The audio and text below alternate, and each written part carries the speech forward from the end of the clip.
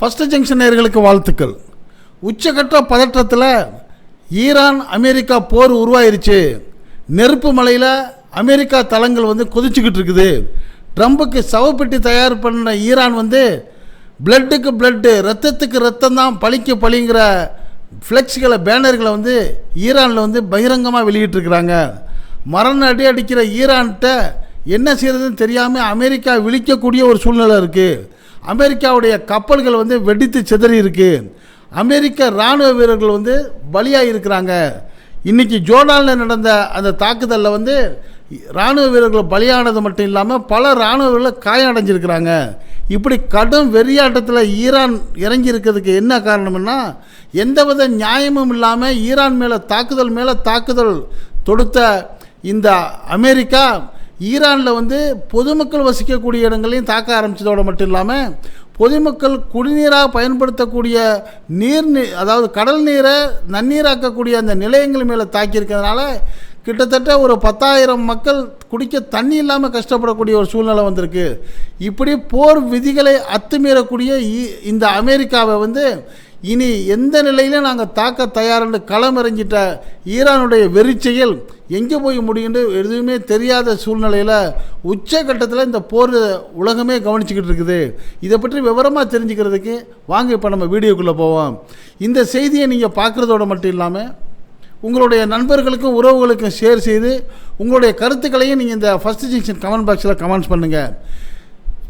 பிப்ரவரி 28 தொடர்ந்து 4 மாதமாக நடந்துக்கிட்டு வந்த போரில் பல கட்டங்களில் போர் நிறுத்தம்னு சொல்லி அறிவித்த ட்ரம்ப் அவர்கள் அவரே அறிவிச்சிட்டு அவரே அதை அத்துமீறினார்.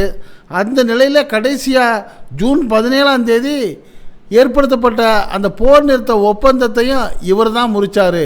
அதுக்கு பிரதானமான காரணம் அவர் சொல்லி வந்தது அணு ஆயுதங்களை ஈரான் பயன்படுத்தக்கூடாதுன்றார். இப்போ அந்த சப்ஜெக்டே விட்டுட்டார். காரணம் ஈரானில் அணு ஆயுதங்கள் கிடையாது.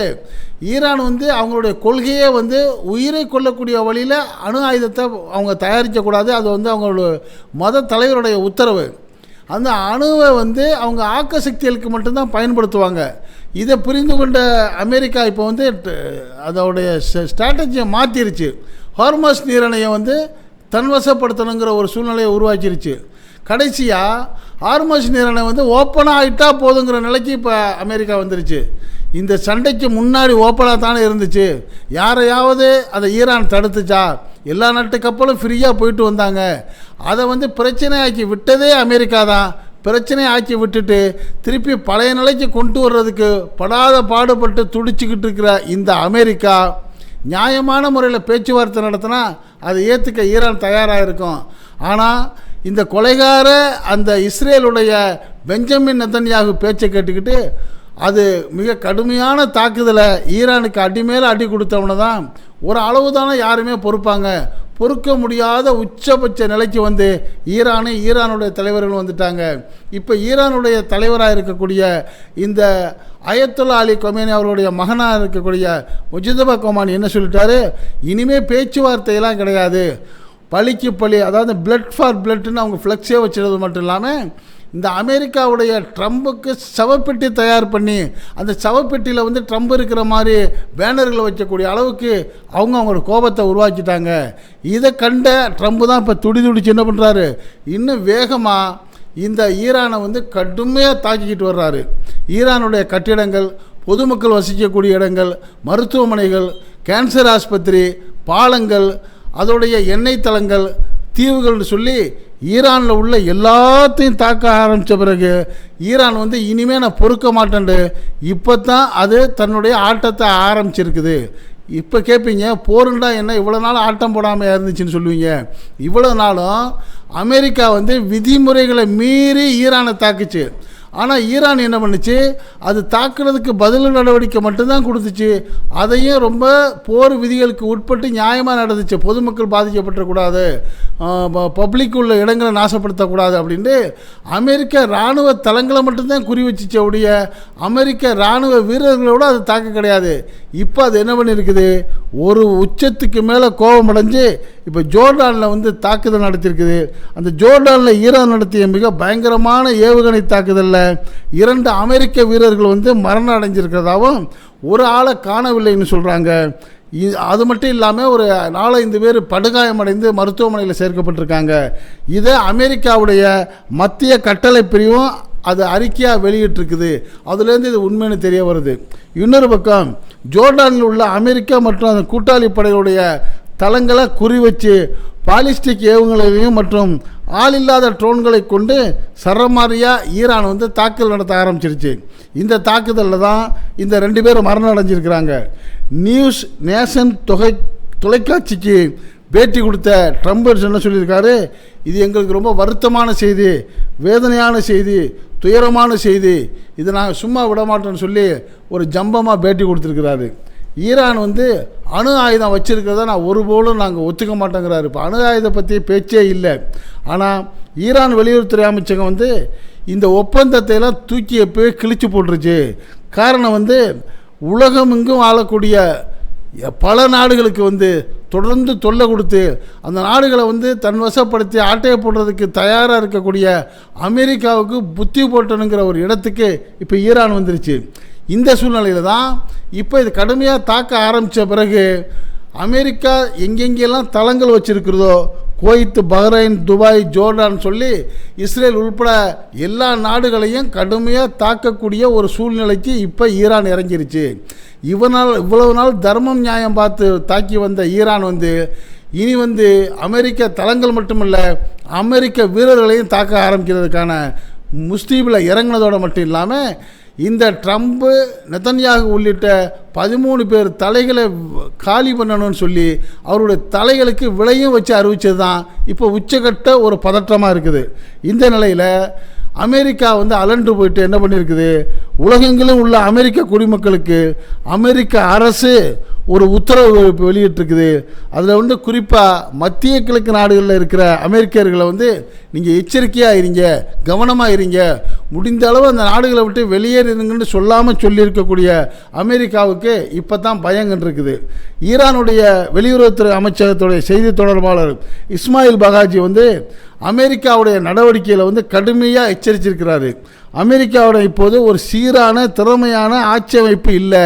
அமெரிக்காவில் யூத செல்வாக்கு மிக்க ஒரு சில அமைப்புகள் திரைமறைவில் வந்து செயல்படுறதுனால எந்த ஒரு முடிவையும் அமெரிக்கா எடுக்க முடியாமல் சீரழிக்கப்பட்டிருக்கு.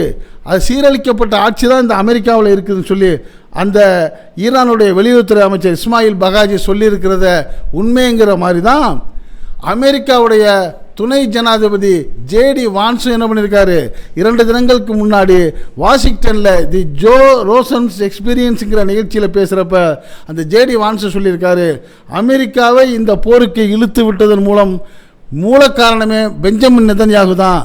அமெரிக்காவுக்கு ஈரானால் எந்தவித பாதிப்பும் கிடையாது, தேவையில்லாமல் இந்த போரை இழுத்து விட்டது பெஞ்சமின் நெதன்யாகு அப்படிங்கிற ஒரு அறிக்கையை அவர் சொல்லிட்டு இந்த போரில் ட்ரம்ப் செய்யக்கூடிய தவறுகளையும் சுட்டி காட்டி பேசியிருக்காரு.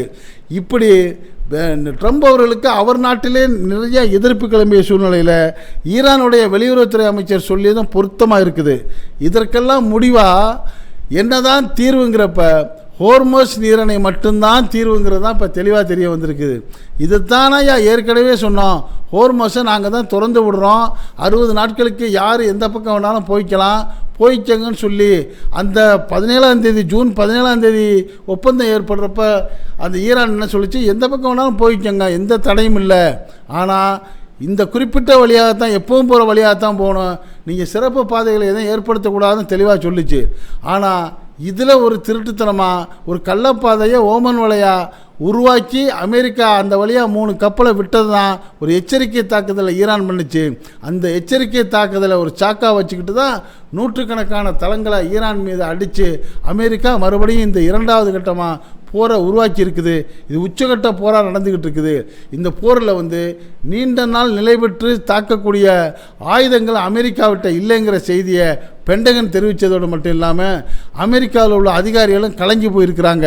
ஆனால் ஈரானோ இன்னும் 6 மாதம் அல்ல 1 வருஷமானாலும் நாங்கள் போருக்கு தயார்னு சொல்லி அறிவிச்சிருக்கிறாங்க. இது ரெண்டுக்கும் உள்ள வேறுபாடு என்னென்னா, அமெரிக்காவில் போருக்கு ஈடுபட்டிருக்கக்கூடிய அந்த வீரர்கள்லாம் சம்பளத்துக்கு வேலை செய்யக்கூடியவங்க, ஈரானில் போராடக்கூடியவங்கெல்லாம் தன் நாட்டை காப்பதற்காக உள்ள அந்த உரிமைக்காக போராடக்கூடியவங்க. அதனால் உணர்வோடு போராடக்கூடிய உரிமைக்காரர்கள் வந்து நிச்சயமாக சம்பளத்துக்கு வேலை பார்க்கக்கூடிய வீரர்களை தோற்கடித்து விடுவாங்கிறது தான் சரித்திரமாக வந்திருக்கு.